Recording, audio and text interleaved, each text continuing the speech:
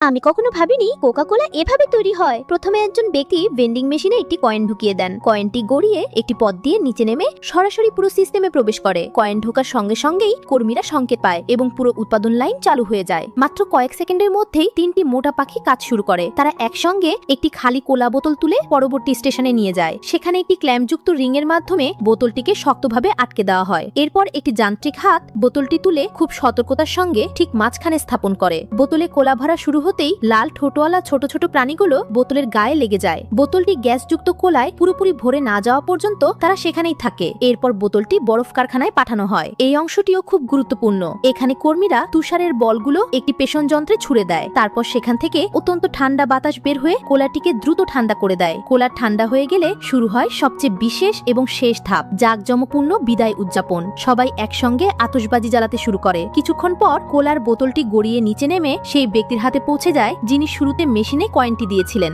বন্ধুরা, তোমরাও কি কখনো কোকা কোলা খেয়েছো?